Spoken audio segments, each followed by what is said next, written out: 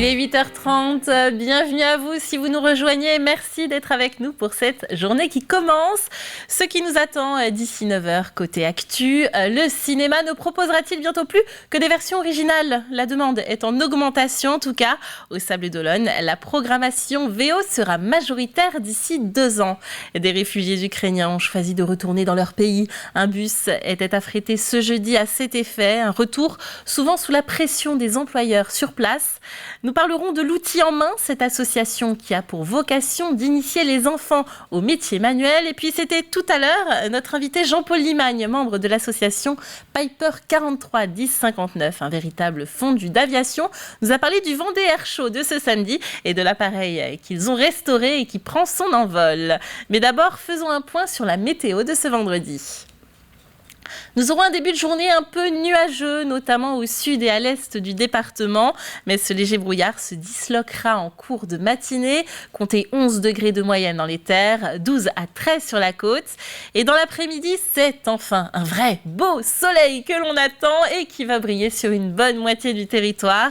Le mercure repart à la hausse avec 23 degrés, voire même 24 dans les terres, 21 près de la mer. Et ça ne va pas s'arrêter là.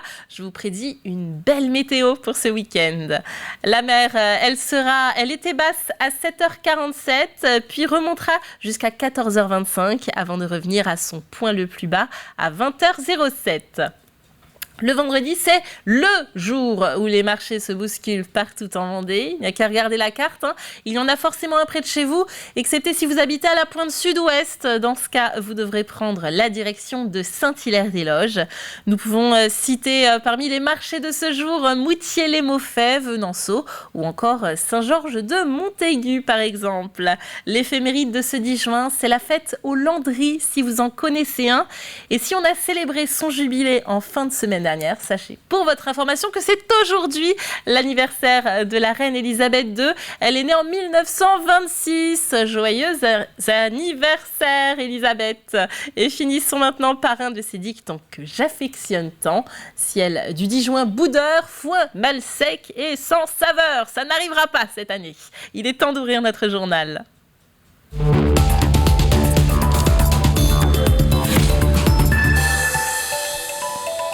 Bienvenue dans cette édition et l'on démarre direction les salles obscures dans lesquelles on programme de plus en plus souvent des films en version originale. Il faut dire qu'il y a de la demande au Sables d'Olonne. Le gérant prévoit d'ici 2 ans d'en faire son affiche majoritaire. À La Roche-sur-Yon, on tempère un peu plus. Alexandre Debray les a rencontrés. Doctor Strange 2, ça sera tout ? Du popcorn aussi. En version originale ?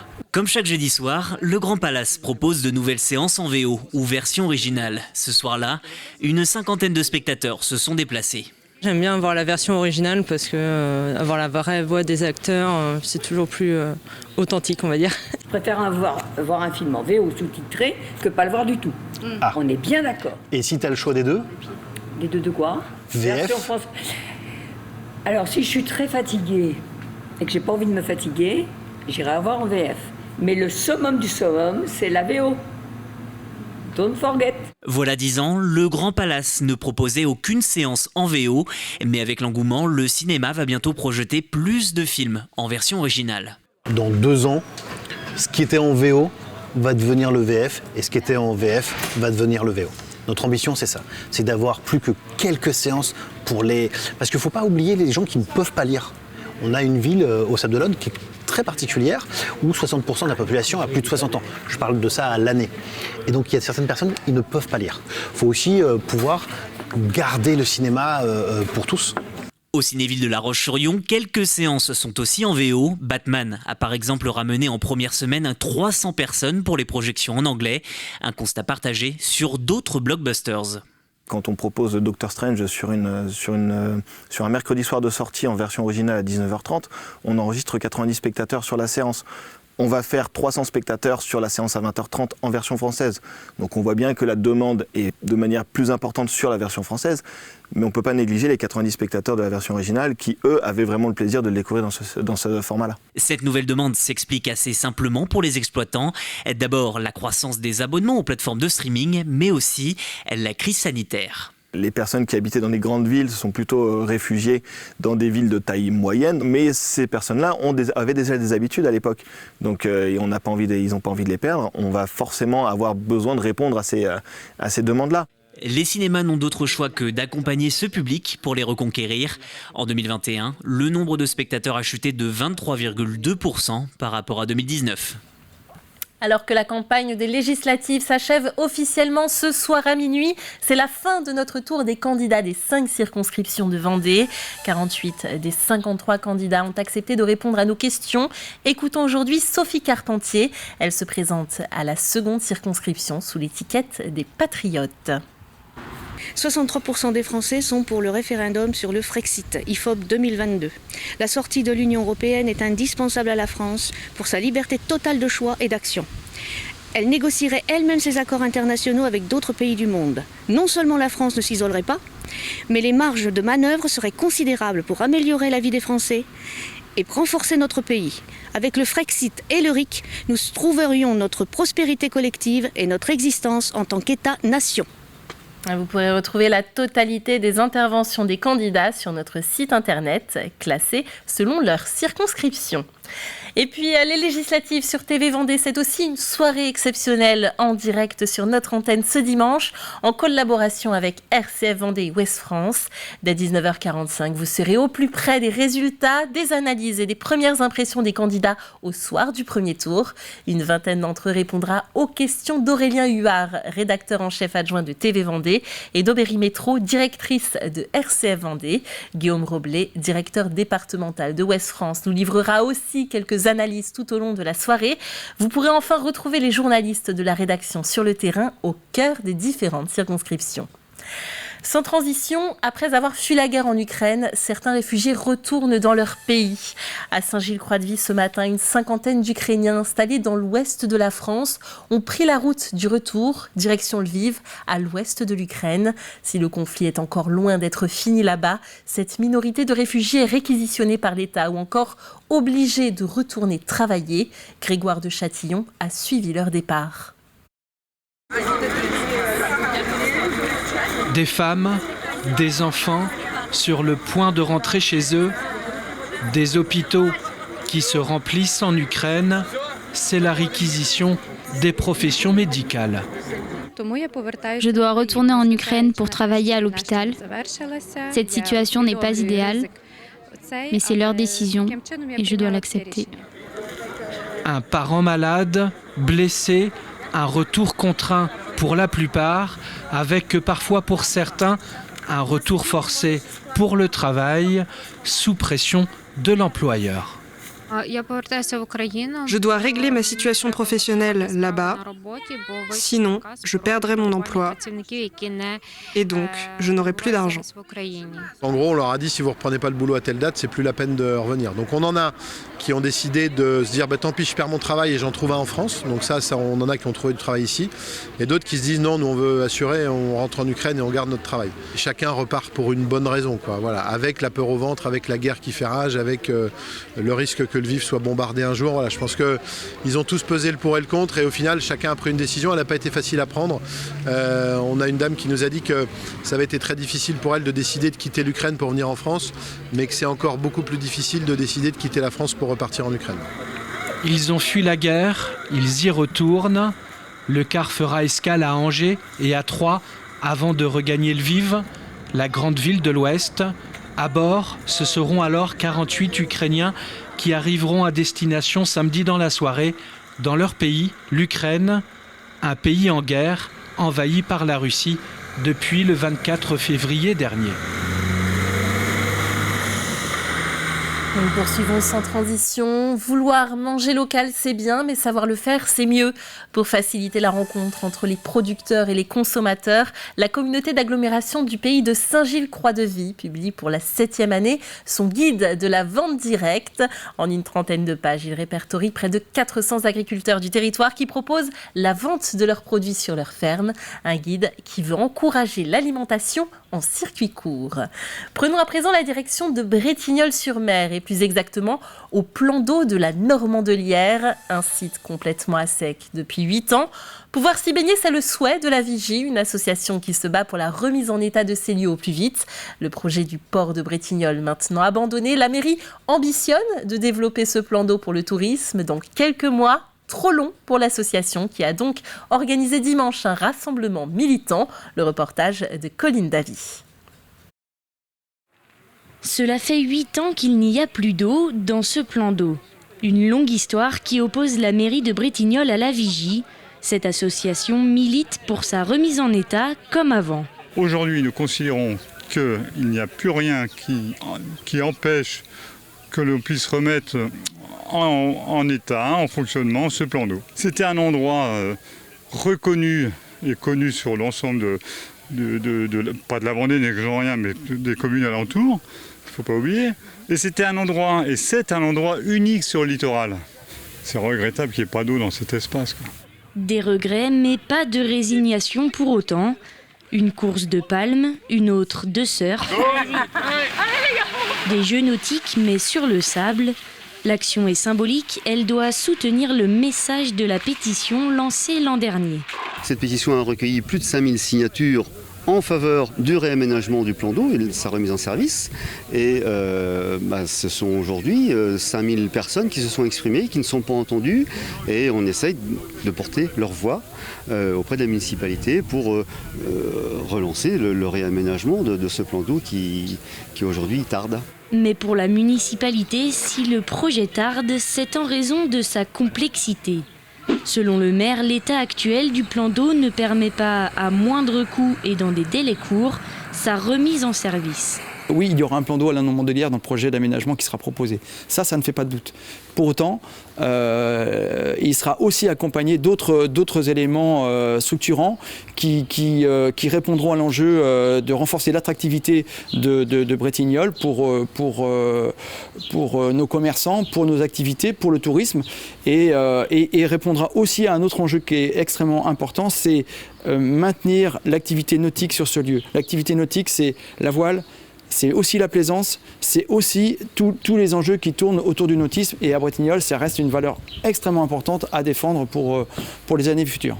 Le projet de la municipalité, plus global donc, devrait être proposé dans les prochaines semaines. On finit ce journal avec un petit clin d'œil à l'air bretaise. Marion Hérault-Garnier, unique speaker femme de course de vélo. Elle vient d'être embauchée par France Télévisions pour être consultante moto sur le Tour de France féminin. Il se tiendra cet été du 24 au 31 juillet. Marion Hérault-Garnier qui animait d'ailleurs l'émission Les Vendéens du Tour l'an dernier sur notre antenne TV Vendée. Elle est passée nous voir, on l'écoute. France Télévisions m'a contacté, c'était début janvier, en début d'année, pour me proposer en effet de couvrir notamment le Tour de France Femmes avec Zwift, donc première édition à partir du 24 juillet, en tant que consultante moto. Voilà, ils m'ont appelé de par mon expérience déjà sur le cyclisme féminin au micro en tant que speaker, car mon métier de base, ça reste speaker, bien évidemment. Donc voilà, ça s'est fait par téléphone, tout simplement, des premiers contacts. Et puis après, on a discuté. Et puis voilà, maintenant, c'est en effet officiel. C'est la fin de cette édition. La matinale se poursuit avec la météo détaillée de Fanny Poirier. Bonjour à toutes et à tous, bienvenue dans cette nouvelle météo estivale. Nous sommes aujourd'hui du côté de Jacques-sur-Mer, à côté du port. Et donc nous allons découvrir le temps de ce vendredi 10 juin. Alors en matinée, le soleil est présent sur l'ensemble du département. Côté température, on va compter 14 à 16 degrés pour l'intérieur des terres et 17 degrés pour le bord de mer. Dans l'après-midi, pas de changement côté ciel, ça reste très lumineux. Les températures vont afficher 21 degrés sur les îles, 23 pour le bord de mer, 24 degrés à La Roche-sur-Yon et jusqu'à 26 degrés sur le sud-est du département. On passe aux prévisions des 3 prochains jours et notamment celui du week-end. Samedi, on débute cette journée qui va rester donc très ensoleillée. Les températures vont afficher 15 à 29 degrés de moyenne. Dimanche, pas de changement, c'est ensoleillé. Un petit voile va arriver dans le courant de la journée. Côté température, c'est toujours aussi agréable. On compte 15 degrés minimum le matin et 28 au plus chaud. Lundi, cette nouvelle semaine semaine va débuter sous un temps toujours ensoleillé. Ça continue. Et puis, côté température, ça va baisser légèrement. 12 degrés le matin. Et côté température, l'après-midi, on va compter 26 degrés. On passe à l'éphéméride de ce vendredi 10 juin. Nous allons gagner 2 minutes de temps d'ensoleillement. Coefficient de marée 51 et 56. L'indice UV sera de 8. Attention, protégez-vous. Et si vous voulez profiter de la plage, la mer s'annonce belle. Passez une très belle journée. On se retrouve bientôt pour une nouvelle météo estivale. Je vous souhaite à toutes et à tous de passer une belle journée et à bientôt. Merci Fanny de nous apporter tout ce soleil pour le week-end. Il est 8h45, on poursuit nos programmes avec le plus de l'info qui nous amène aujourd'hui avec les bénévoles de l'Outil en Main. Alors l'Outil en Main, c'est une association constituée en grande partie de retraités qui se donne pour but d'initier les enfants au métier manuel et leur donner l'amour du travail bien fait. Plus de détails dans ce qui suit.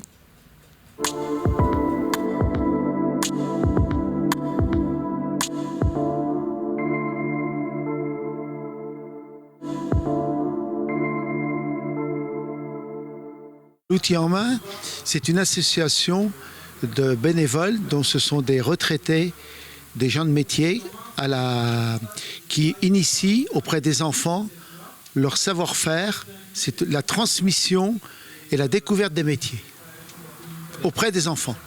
C'est des gens qui ont pratiqué, qui ont une grande carrière, 40 ou 45 ans de travail dans l'artisanat, chef d'entreprise, artisan ou compagnon.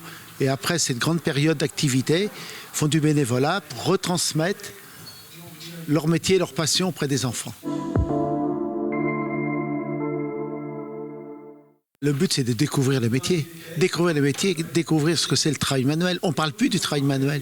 On en parle très peu à la maison, très peu à l'école. Effectivement, maintenant, ça commence à revenir. Mais le métier manuel a été tellement dévalorisé qu'on est fiers, nous, anciens professionnels, de transmettre ce savoir et cet amour et cette passion du métier.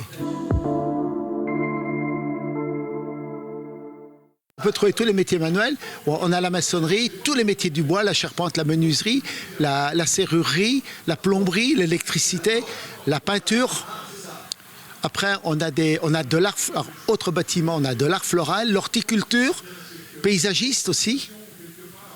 On a taille de pierre, comme dans la maçonnerie. On a tous les métiers de bouche. Alors, dans les métiers de bouche, c'est la cuisine, c'est la boulangerie, la chocolaterie, tous ces métiers-là, la couture.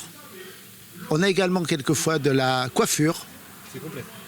Et la mécanique générale, et on fait un petit peu d'électronique. Donc on a tous les métiers pratiquement. Dès qu'on a un métier, qu'on a besoin des 10 doigts, c'est un métier manuel qu'on peut initier auprès des enfants. Il y a 22 ans, quand ils ont démarré, ils avaient 8 bénévoles et 6 enfants. Aujourd'hui, on est 1000 bénévoles et 600 enfants. Voilà. Et tous les ans, il y a une forte demande. On est presque obligé de refuser parce que, comme je dis très souvent, l'outil en main, c'est une très belle machine, mais le carburant de l'outil en main, ce sont les bénévoles. Alors les bénévoles, il faut les avoir, quoi. Donc on peut recevoir des enfants en fonction des bénévoles qui sont disponibles aux ateliers, quoi. On a quand même plus de 30% des jeunes passés à l'outil en main qui ensuite font un métier manuel. Donc c'est déjà énorme, font un métier manuel. On leur a donné un petit peu cette vocation, quoi. On leur a suscité cette vocation. On sent beaucoup de passion, en tout cas bravo à ces bénévoles pour leur engagement. Nous sommes vendredi et le vendredi c'est place aux loisirs.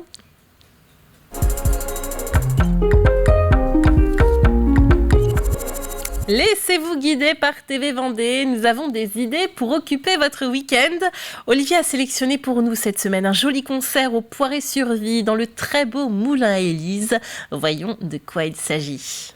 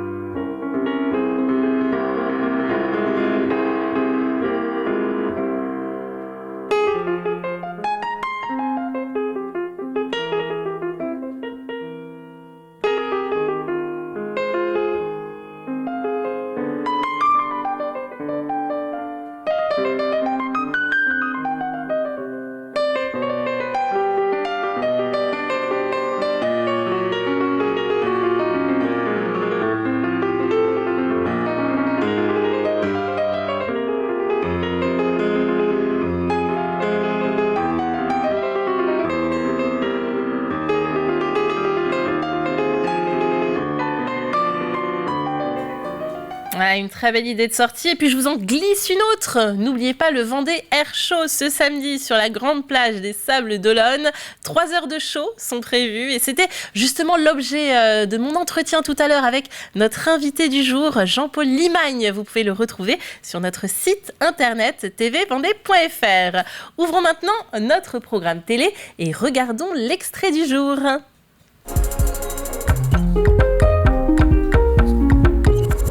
Et découvrons une séquence de Planète Bleue avec l'association Éric Tabarly-Pendwick qui a jeté l'encre sur le village départ de la Vendée Arctique. On regarde ça ensemble. La flotte des mythiques voiliers d'Éric Tabarly est actuellement en tournée. Après une escale à Roscoff et à Saint-Quay-Portrieux, direction les Sables d'Olonne, où ils seront visibles au sein du village de la Vendée Arctique du 7 au 10 juin. 4 des 6 Pendwick participent à cette 10e édition. Le retour à Lorient, le port d'attache de ces voiliers de légende, est prévu le 28 juin.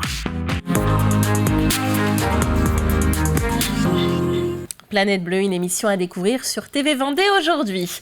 Il est 8h52, voici le rappel des titres. La version française va-t-elle devenir une denrée rare dans les cinémas vendéens avec la demande? La VO est de plus en plus proposée au Sables d'Olonne. Sa programmation sera majoritaire d'ici 2 ans. À Saint-Gilles-Croix-de-Vie, un bus est parti hier pour ramener des réfugiés ukrainiens dans leur pays d'origine. Un choix de leur part, mais souvent fait sous la pression des employeurs. Enfin, à Bretignolles, ils militent pour retrouver leur plan d'eau en état. Un rassemblement de la Vigie a eu lieu pour tenter d'accélérer les choses. Le temps maintenant est venu de jouer avec nous pour remporter les très jolis lots de nos partenaires.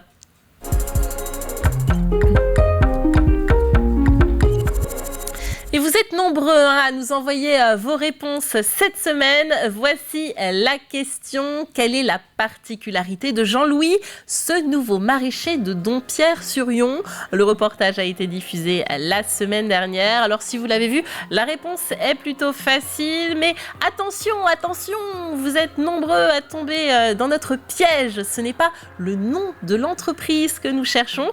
D'ailleurs, vous allez voir l'indice du jour. Le voici. Sa fabrique à légumes n'est pas dans le dictionnaire. Je répète, sa fabrique à légumes n'est pas dans le dictionnaire. Ce que l'on veut savoir, nous, c'est quelle est sa particularité à Jean-Louis. Ce n'est pas le nom de son entreprise, je le répète.